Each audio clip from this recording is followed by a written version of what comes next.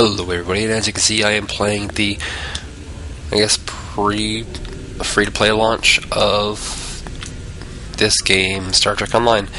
And instead of just doing my normal little playthrough thing that I usually do, what I will end up doing is talking about the controversy behind Star Trek Online going free-to-play. So to start off, we go to 2009, Star Trek Online's in development, and they're already doing pre-orders for the game. They're offering a $200 lifetime membership to Star Trek Online, the MMO. And this becomes very popular, and a lot of people buy it. And this, of course, is going to infuriate a lot of people, because obviously they're not going to get their lifetime benefits here. So when the game launches, which is March 10th, my birthday, of 2009, I believe it was, it launches with a very successful launch. A lot of pre-orders, and the pre-orders are quite expensive. Like, you're looking at around, let's say, I think it was $69.99 for pre-order, and usually pre-orders are cheaper than your normal games, right? Not this one. This one's a little bit different, and that has a pretty big effect on how things work. So, yeah, you see a similar thing from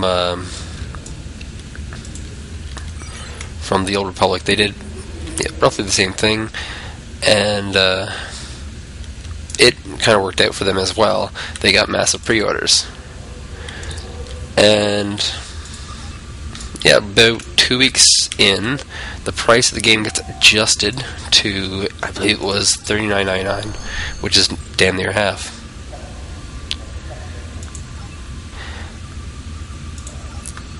And yeah, that was pretty popular. The game kind of took off. It did really, really well.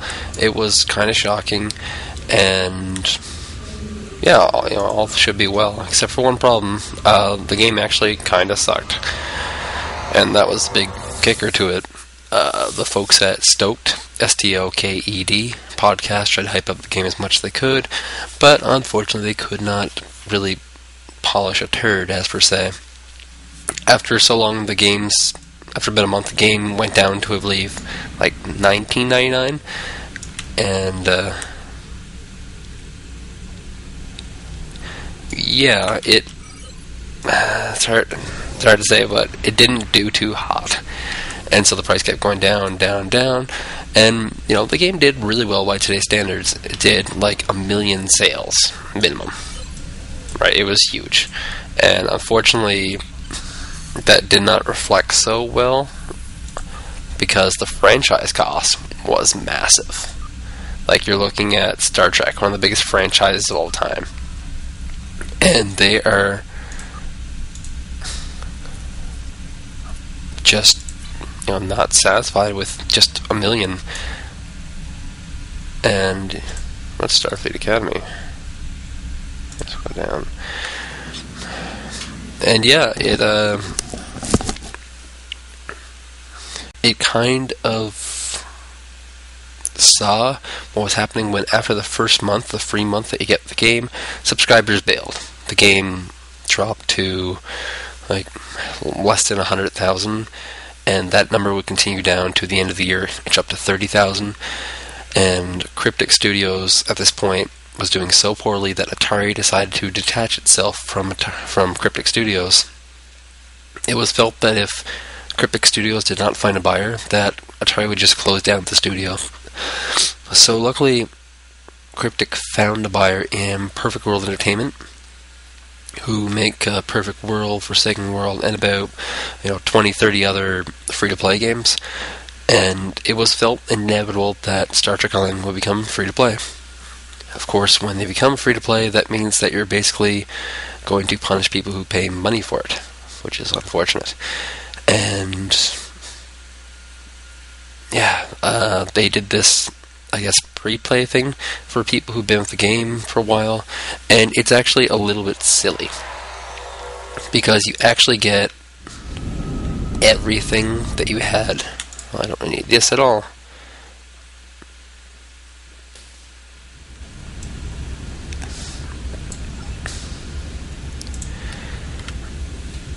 Yeah, the game,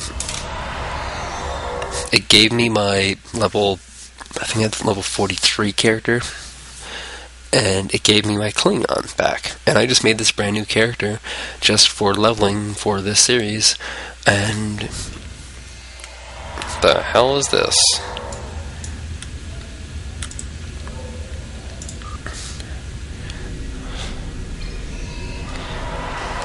Yeah, it definitely sucked. So, I mean, there has been quite a bit that's changed with the game since then. They have added in the Foundry, which is a user creation content. Pretty cool.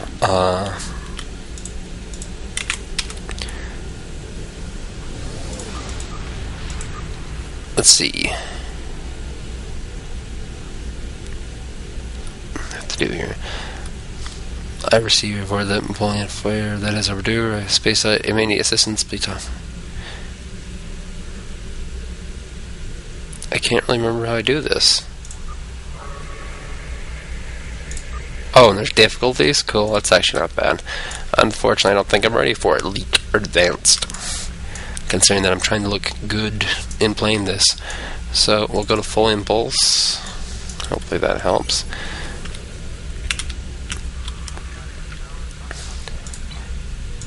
So, this is one of the kind of killers of this game. Go to SS Azura. Well, where is that? Right. Where do I go? And there's tons of tutorials here.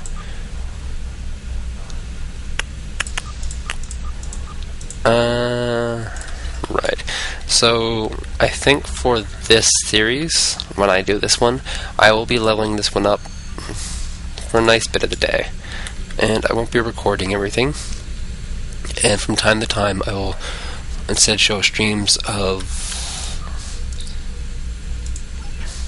my own level 44, level 42, whatever. And I'll try and see if I can grab some PvP in there. And yeah, because as you can see, Star Trek Online, a lot of it's pretty dry. Right, like my friend sacrificed so much to secure peace with the Klingons. I bear the responsibility for the consequences to him and his crew. A thought that troubles me to this day. The hope was that this alliance would last forever. What the hell? It did not. The Klingons have chosen war. The Federation is doing its utmost to protect its borders and the billions of innocents who call this space home. But I fear that this conflict may be our undoing. Yeah, will this automatically travel me to this, I wonder?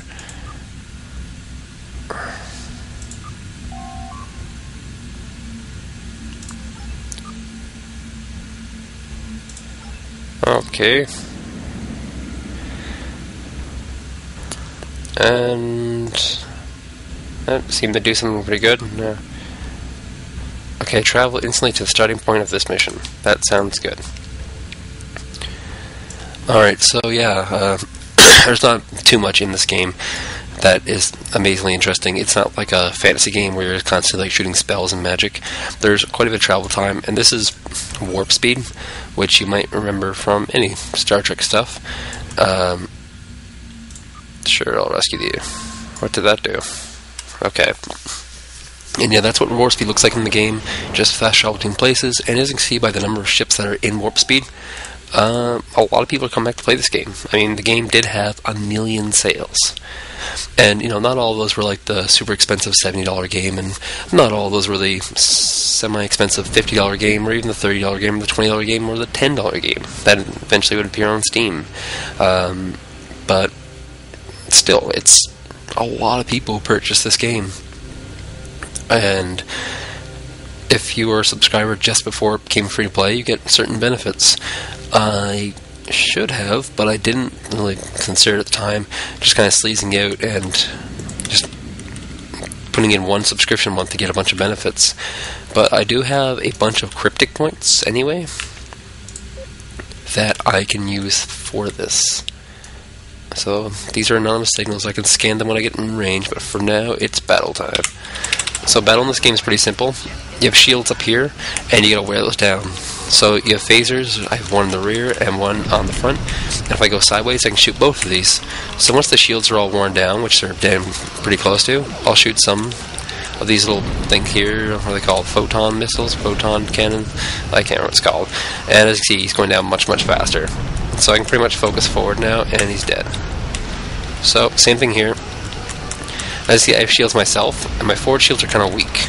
So I'm going to put more power on these by clicking here, and I'm going to continue these buttons. Now I also have these abilities here. These are specialized attacks that I can just choose to do on a target. Pretty good for that one. It's a high yield thing. What's his do? This one's a tractor beam.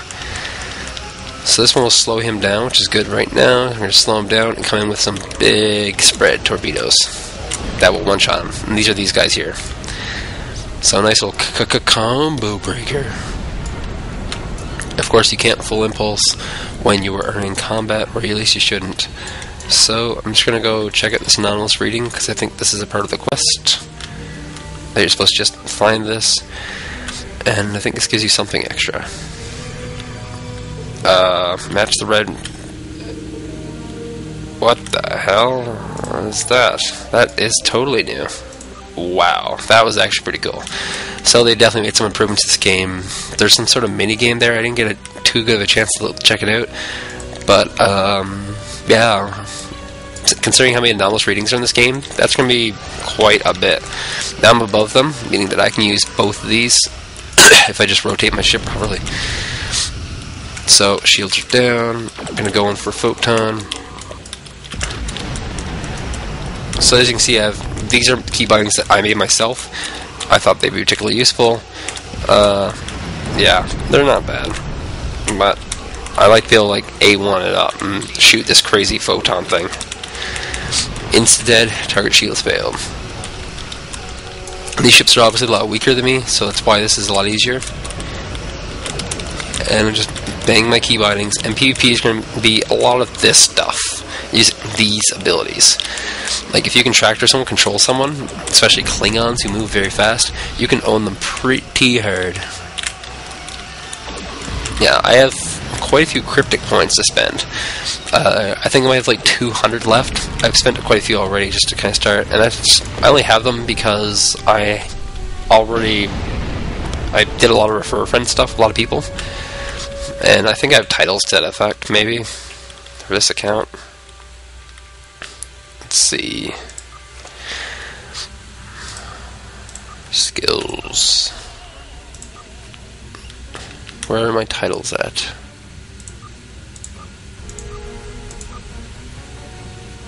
The record. Oh, here we go. So, Courier, Lieutenant, and Courier and Recruiter are both titles for refer friend. So, scan the ship. I think I have to go on board. Go into the transporter room, and here's the things I have. These are my two officers, which I got to choose, and then I have these two, which are just generic security. You will not get that extra security officer or extra science officer that I have there. I only have that because I think I purchased that one accidentally. And you can purchase quite a few science officers, so... Okay, we're going to speak to the transporter chief. Captain, I'm concerned about the radiation on the Hazura. She might have some damage to warp core, but our sensors can't pick up enough to determine exactly what you'll find over there. I'm sure I can send you and the away team to the ship safely, but getting back might be a problem. Until Hazura's critical damage repaired, step on the transporter, be careful. Okay. So I got some generic red suits and the family doctor.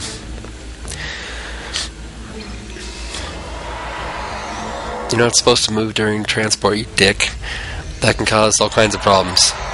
Oh well. So this is probably the big reason why everyone hates this game. It's the combat system. This would be great on the gamepad if the game actually had a working gamepad. I'm going to go with the bigger weapon. You have two weapons you can swap to. Most people go melee and ranged, but to start off you have pretty limited abilities. So, gotta run through here. I guess I gotta bypass this conduit. So the game has some features to improve this. This is like a aim mode.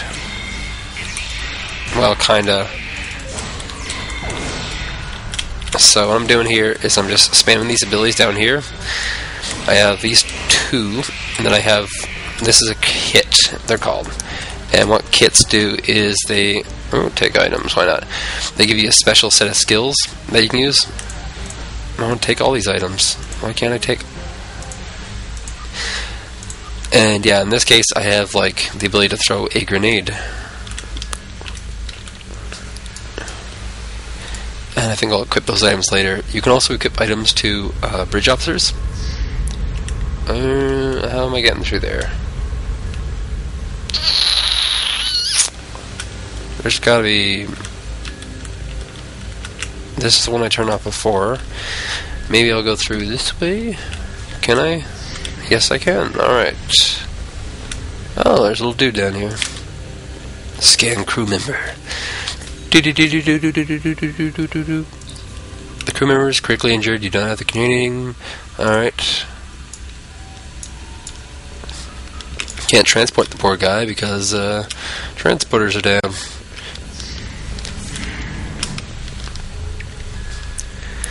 So I chose a Ferengi captain, and I think this is a male. Pretty sure it's a male. Oh, there's a door right here. Look at that. What a coincidence. Oh, more thuggery. So I'll throw a grenade at this dude. Oh, he's already dead. Grenades are, of course, area of effect attacks. And it's pretty easy to conquer these because you have all these dudes here. When you're playing with group people, usually what happens is people will take over as these members, and you'll need a crew to bring with you, like with specific people. So you'll need the science officer, tactical officer, engineering officer, and yeah, I actually have more than I should. This is because I have purchased 2 extra crew members for away missions, and that's something you can buy from the item shop. And like I said, I usually don't buy these from the item shop, but I already have a ton of cryptic points that I got from referring friends, so of course I'm going to do it. And yeah, adding the extra crew members does make this maybe too easy, especially this low level. And like, if you look at the item shops, and I might do that later after this mission, I might look at the item shop. A lot of the item shop stuff is really good, and people are going to buy it. And if this game attracts a lot of people, it will make money. I mean, the game's pre-release is already huge. It's got, I would say, around 200,000-300,000 people pre-playing the free-to-play version of the game. Ah, Captain Brought. Catastrophic failure, antimatter. Let's talk to Captain Broad about it. We hit an Orion ambush on our way to K7. Okay. We're gonna escort where are we escorting them to? Back here? Seriously? Where I just came? Oh, there's a little bit of challenge in the way, is there? Just randomly. Oh yeah, they can beam on dudes, no problem. So the Orion Syndicate are like Star Trek pirates, I guess. They don't actually appear that often in the Star Trek series. It's not because they're popular, it's just that you can only do pirates so often before it becomes kind of tedious and dumb.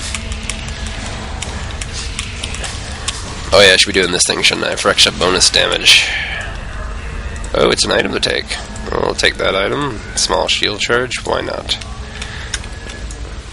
Do a little bit of sniper action.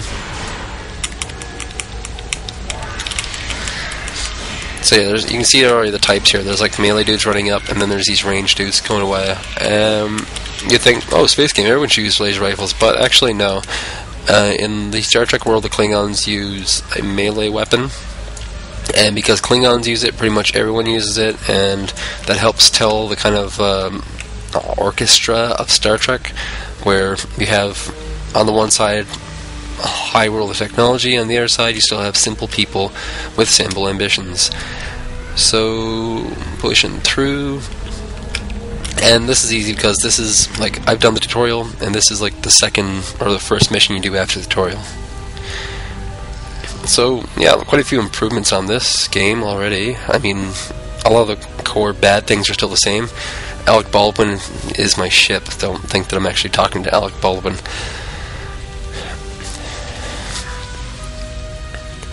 There's only 2 survivors. Get these people, these 2 people.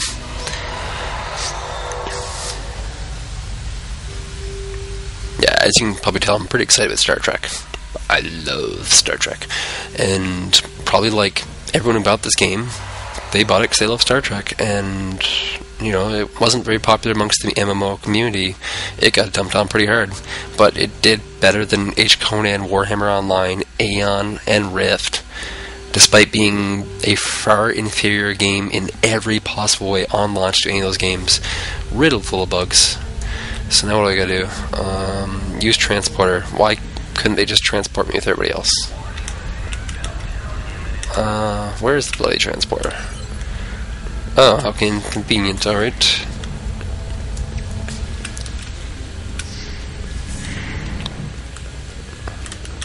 I gotta save this crew member. This one lonely crew member. Okay, nothing can be done for him. Okay, if I was a transporter, where would I go? Okay, it's not that imminent. Maybe just this here? The mission may be lost. Okay, so the actual option just beam to the ship means I cancel a mission. So what I'm looking for is a teleport pad. Oh, okay, there we are. And beam out. Oh, there's the captain. Alright, mission accomplished. Who do I gotta talk to? Speak to Transporter Chief, like she's my boss. I'm her boss. There are more iron ships unbound. Okay, so I guess I could use the turbo lift, which is over here. And time for more space battles. And space battles is actually something this game did pretty damn well. Like, all things considered. What the hell's going on here? But space battles was really the only thing this game did. This looks like the EMH from the intro. Oh, that's what it is. That's right, I bought an EMH. I totally forgot. Alright, let's track to this guy. Drain up his shields. And go in for the kill. Come on, don't you dare stay behind that asteroid. I'm gonna kill you. Yeah, having this extra early bridge officer is pretty OP. I'm considering that I might get a Borg officer from the item shop. I think I'll have the cryptic points for that. We'll be checking out the item shop soon.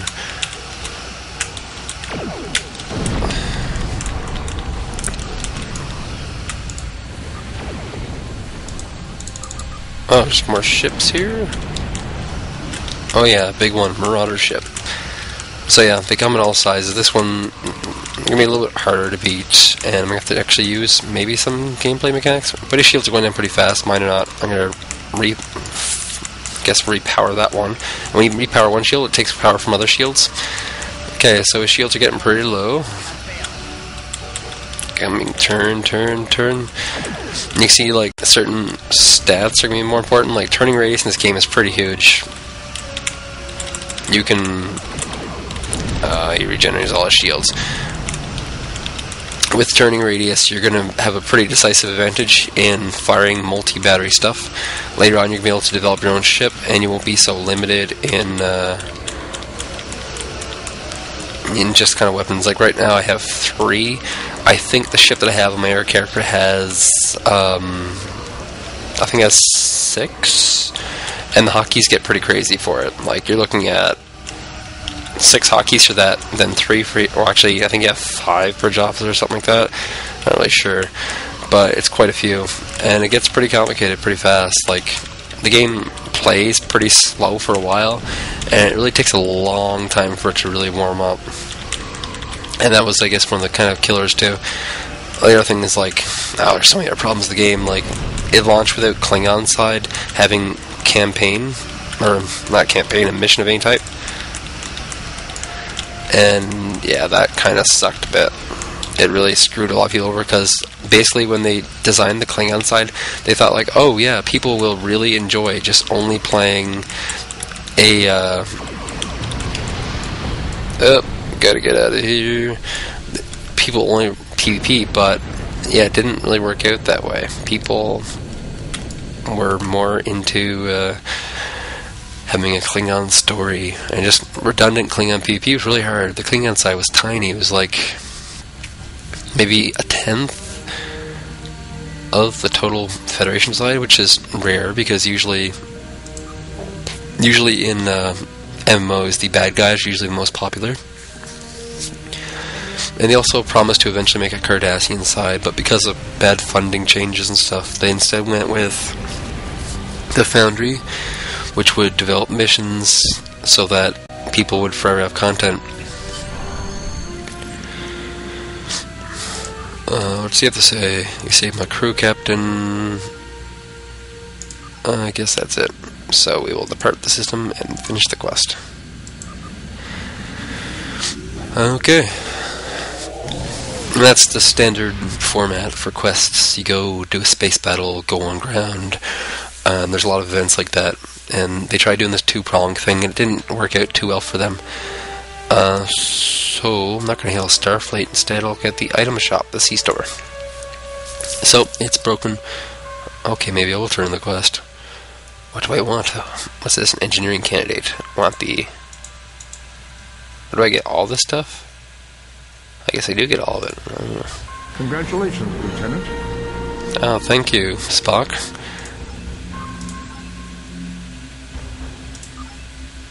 Alright.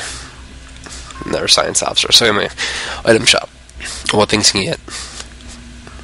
These are kind of like, you know, just fun things you can get.